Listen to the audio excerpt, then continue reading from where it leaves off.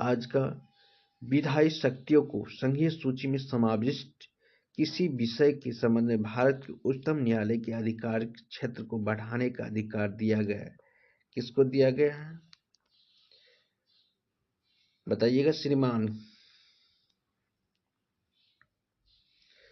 विधायी शक्तियों को संघीय सूची में समाविष्ट किसी विषय के संबंध में भारत के उच्चतम न्यायालय के अधिकार के क्षेत्र को बढ़ाने का शक्ति किसको दिया गया है?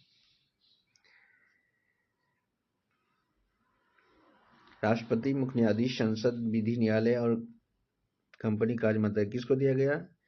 सांसद को लॉक कर दिया जाए श्रीमान। चलिए नेक्स्ट क्वेश्चन देखते हैं।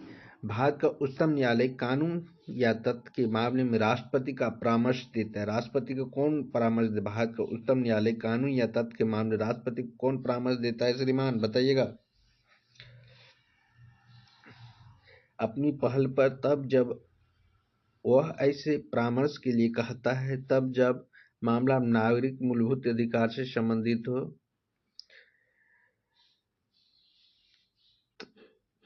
तभी जब मामला देश की एकता अखंडता के लिए खतरा पैदा हो। भारत का उच्चतम न्यायालय कानून या तथ्य के मामले राष्ट्रपति को परामर्श कब देता है?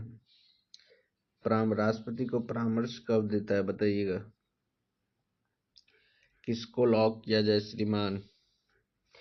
तब जब वो ऐसे परामर्श के लिए कहता है। बी हो जाएगा। चलिए नेक्स्ट क्वेश्चन देखते हैं।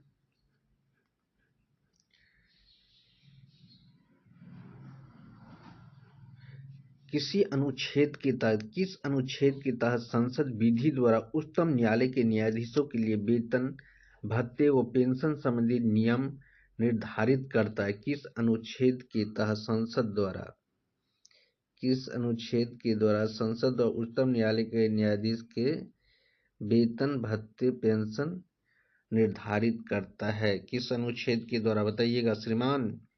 किसका लॉक किया जाए? अनुच्छेद 220, अनुच्छेद 221, अनुच्छेद 224, अनुच्छेद 223, अनुच्छेद 221 लॉक कर दिया जाए।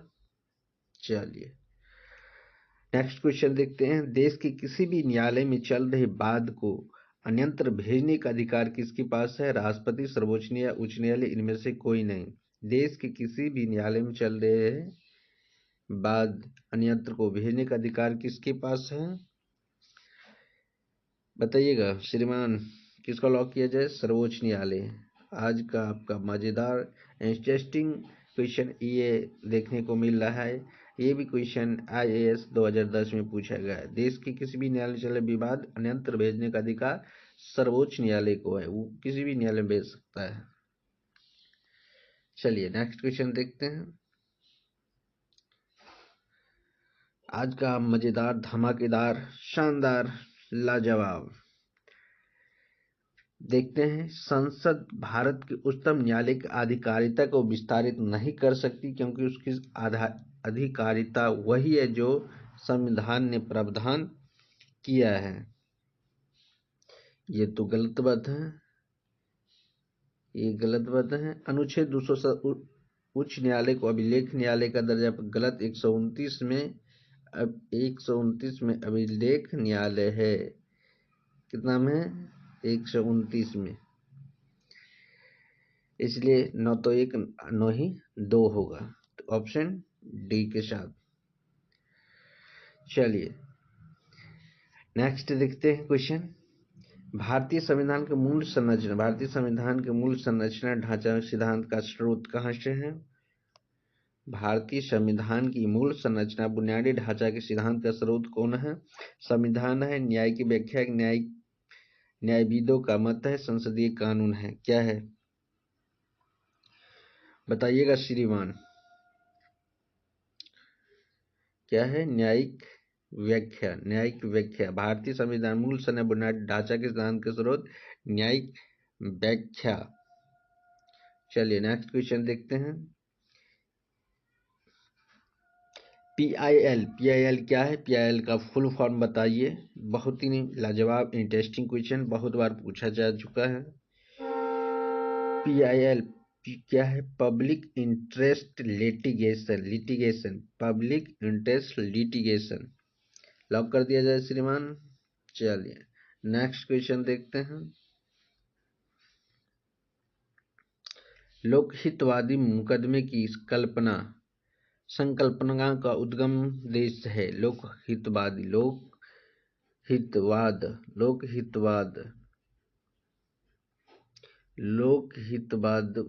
मुकदमे की संकल्पना का उद्गम देश है। लोकहितवाद मुकदमे की संकल्पना का उद्गम देश कौन है, बताइए।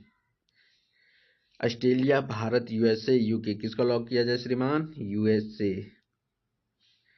चलिए नेक्स्ट क्वेश्चन है। भारत का सर्वोच्च न्यायालय एक अभिलेख न्यायालय अभी पहले चर्चा किए थे, किस अनुच्छेद में था? 129 में। भारत का सर्वोच्च न्यायालय अभिलेख न्यायालय, इसका आशय क्या है?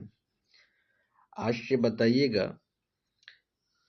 इसे अपने सभी निर्णय को अभिलेख रखना होता है? नहीं, इसके सभी निर्णय को साक्ष्यात्मक मूल्य होता है और इन पर किसी भी न्यायालय में प्रश्न चिन्ह नहीं लगाया जाइए। दो राइट है, इसी को लॉक कर दिया जाए। नेक्स्ट क्वेश्चन देखते हैं। भारत के नीचे दिए गए न्यायालय में किन्हें अभिलेख न्यायालय माना जाता है? भारत के नीचे दिए गए न्यायालय में किन्हें अभिलेख न्यायालय माना जाता है श्रीमान, बताइएगा। किन्हें अभिलेख न्यायालय माना जाता है? अभिलेख न्यायालय आपको बताए थे अभी कितने में? 129 में। भारत के नीचे दिए गए न्यायालय में किन्हें अभिलेख न्यायालय माना जाए? केवल सर्वोच्च न्यायालय को, केवल उच्च न्यायालय को, उच्च न्यायालय, सर्वोच्च न्यायालय को, जनपद न्यायालय। किसको अभिलेख न्यायालय मानेंगे, बताइएगा श्रीमान, किसको मानेंगे? सी नंबर के साथ चल देते हैं। उच्च न्यायालय और सर्वोच्च न्यायालय को अभिलेख न्यायालय के अंतर्गत मानेंगे। चलिए, भारत में न्यायिक संक्रियता संबंधित है। कौन है? प्रतिबद्ध न्यायपालिका, जनहित याचिका, न्यायिक पुनरावलोकन से, न्यायिक स्वतंत्रता से। कौन है? किसके साथ जाए? न्यायिक संक्रियता। किससे संबंधित? न्यायिक संक्रियता। भारत में न्यायिक संक्रियता संबंधित है जनहित याचिका से। किससे है? जनहित याचिका से।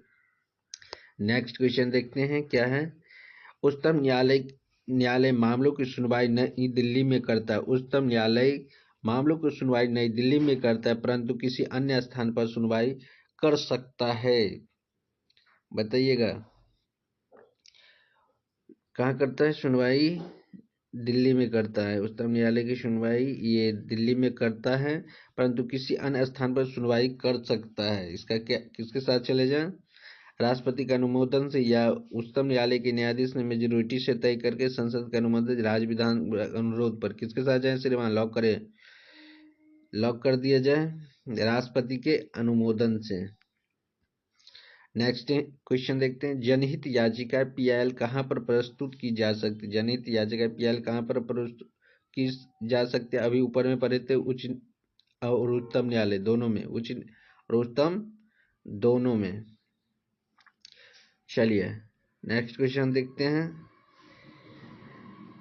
निम्नलिखित में से कौन मामले में उच्च न्यायालय और उच्चतम न्यायालय का अधिकारिता में आते हैं? उच्च न्यायालय और उच्चतम न्यायालय का अधिकारिता में आते हैं। केंद्र राज्य के बीच विवाद, राज्यों के परस्पर विवाद, मूल अधिकारों का परिवर्तन, संविधान के उल्लंघन, संरक्षण। मूल अधिकारों का परिवर्तन किसके अंतर्गत आता है? मूल अधिकारों के परिवर्तन के अंतर्गत आता है। श्रीमान लॉक कर दिया जाए। चलिए लॉक कर देते हैं। नेक्स्ट क्वेश्चन देखते हैं। आज का धमाकेदार मजेदार आपका होने वाला है। काफी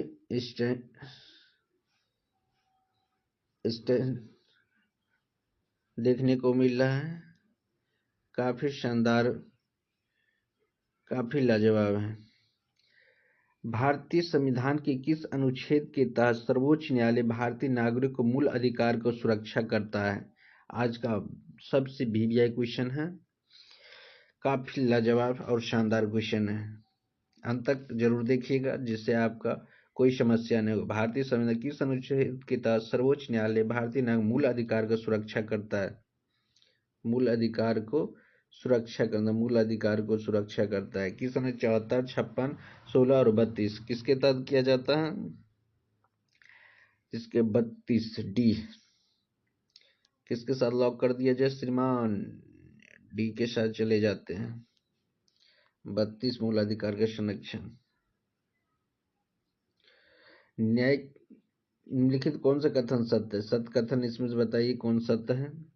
उच्च न्यायालय में न्यायिक दृष्टि सर्वोच्च न्यायालय के अधीन होते किंतु प्रशासनिक दृष्टि से स्वतंत्र होते हैं, ये बात सही है। सत्र न्यायालय तथा सर्वोच्च न्यायालय को समृद्ध उच्चतर न्यायपालिका कहा जाता है, गलत। सर्वोच्च न्यायालय को केंद्र राज्य विवादों को विभिन्न राज्यों का आपसी विवाद अधिकारिता पर, गलत। सिविल न्यायालय में न्यायाधीश का नियुक्ति सर्वोच्च न्यायालय की सलाह प्रदान कर दी, ये भी गलत है। केवल एक ऑप्शन सही है। चलिए नेक्स्ट क्वेश्चन देखते हैं। सर्वोच्च न्यायालय के कार्यों के संबंध में निम्नलिखित कौन से कथन असत्य है? असत्य बताना है। सिविल व आपराधिक मामलों अपील की अंतिम सुनवाई करना, या क्या पूछ रहे हैं? असत्य कथन पूछ रहे हैं। ध्यान देना, औसत पूछ रहा है, सही नहीं मार देना। बहुत मजेदार ये क्वेश्चन है। सर्वोच्च न्यायालय कार्यों के संबंध निम्नलिखित कौन सा कथन औसत्य है? औसत पूछ रहे हैं। तो सिविल आधिकारिक मामलों को अपीलों की अंतिम सुनवाई करना, ये तो सही बात है।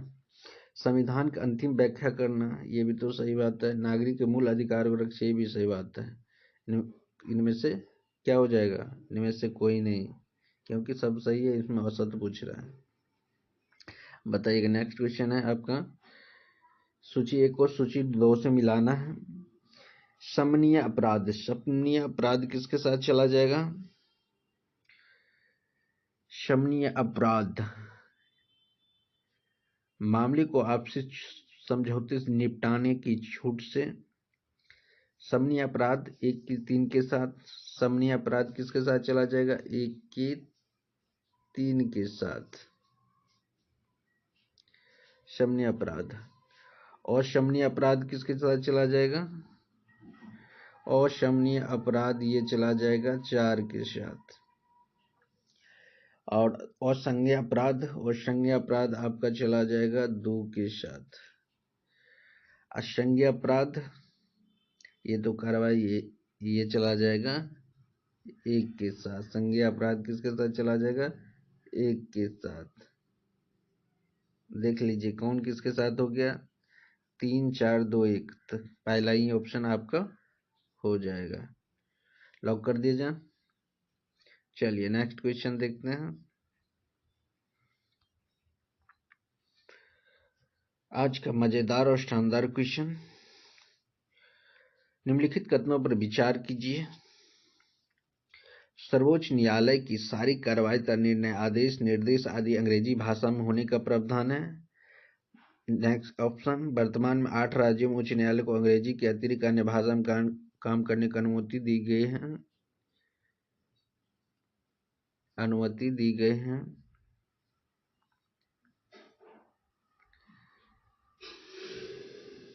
क्या है? अनुमति दी गई है। नेक्स्ट ऑप्शन, उपयुक्त में से कौन से कथन सत्य नहीं है? बताइएगा। उपयुक्त में कौन से कथन सत्य नहीं है? केवल किसके ज्यादा है? केवल 2। नेक्स्ट क्वेश्चन देखते हैं। निम्नलिखित कथनों पर विचार कीजिए। यदि किसी उच्च न्यायालय या अधिकरण की 1 से अधिक अस्थायी पीठें होते हैं तो उसकी प्रमुख पीठ को प्रधान पीठ, जबकि शेष पीठों को अन्य पीठ कहा जाता है। ये तो सही है। इलाहाबाद पीठ उत्तर प्रदेश उच्च न्यायालय के प्रधान पीठ, जबकि लखनऊ पीठ अन्य पीठ के समान ही है। निम्नलिखित कथन पर विचार कीजिए। क्या कर रहा है? इलाहाबाद पीठ उत्तर प्रदेश उच्च प्रधान पीठ है, जबकि लखनऊ पीठ अन्य पीठ के समान, गलत। फर्स्ट में, यदि किसी उच्च न्यायालय या अधिकरण 1 से अधिक अस्थायी पीठें होती है उसकी प्रमुख पीठ को प्रधान पीठ, जबकि शेष पीठ, ये भी गलत है। न तो 1 न ही 2। चलिए नेक्स्ट क्वेश्चन देखते हैं। भारत में न्यायिक पुनरीक्षण का अर्थ है, भारत में न्यायिक पुनरीक्षण का अर्थ। आज का मजेदार धमाकेदार क्वेश्चन आया 2017 में पूछा गया, इसलिए आप लोग एक भी क्वेश्चन का छोड़िएगा मत, छोड़िएगा फिर आप लॉस में जाने वाले हैं, इसके जिम्मेवार आप खुद हैं। भारत में न्यायिक पुनरीक्षण का अर्थ है, भारत में न्यायिक पुनरीक्षण का अर्थ क्या है? विविध विधियों और कार्यपालिका के आदेश को संविधान के विषय में परखता, विधियों और कार्यपालिका आदेश संविधान के विषय में परखता करने की न्यायपालिका का अधिकार। ये तो सही है। विधान मंडलों द्वारा निर्मित विधियों के ज्ञान का प्रश्नगत करने के न्यायपालिका, ये गलत है। न्यायपालिका का सभी विद्यार्थियों को अधिनियमों को राष्ट्रपति द्वारा उन पर सहमति प्रदान किए जाने पर पुनरीक्षण का अधिकार, गलत है। न्यायिक पालिका के समान या भिन्न वादों से पूर्व दिए गए पुनरीक्षण का अधिकार, ये भी गलत है। तो पहला ही ऑप्शन आपका सही है। भारत में न्यायिक पुनरीक्षण अर्थ है विधियों और कार्यपालिका के आदेश को संविधान के विषय में परख्यान करने का न्यायिक पालिका का अधिकार, ये सही है। नेक्स्ट क्वेश्चन है आपका, नेक्स्ट क्वेश्चन आपका है, नीचे दो कथन दिए गए हैं और आज का मजेदार और लास्ट क्वेश्चन काफी शानदार लाजवाब यूपीएससी प्री 2017 में पूछा गया है। काफी मजेदार इंटरेस्टिंग क्वेश्चन है।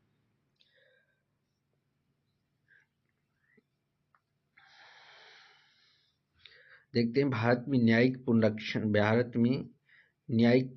का क्षेत्र सीमित है। भारत में न्यायिक पुनरीक्षण का क्षेत्र सीमित है। अभिकथन है, कारण क्या है? भारतीय संविधान कुछ उधार की वस्तुएं। सही उत्तर का चयन करें, क्या हो जाएगा? ए आर दोनों सत्य है, आर ए का सही स्पष्टीकरण है। भारतीय संघ कुछ उधार की वस्तुएं, दोनों कथन से मगर सही व्याख्या नहीं करा, इसलिए हम बी के साथ लॉक कर देते हैं।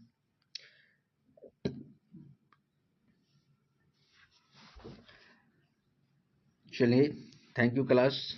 नेक्स्ट कल देखते हैं फिर नए चैप्टर के साथ।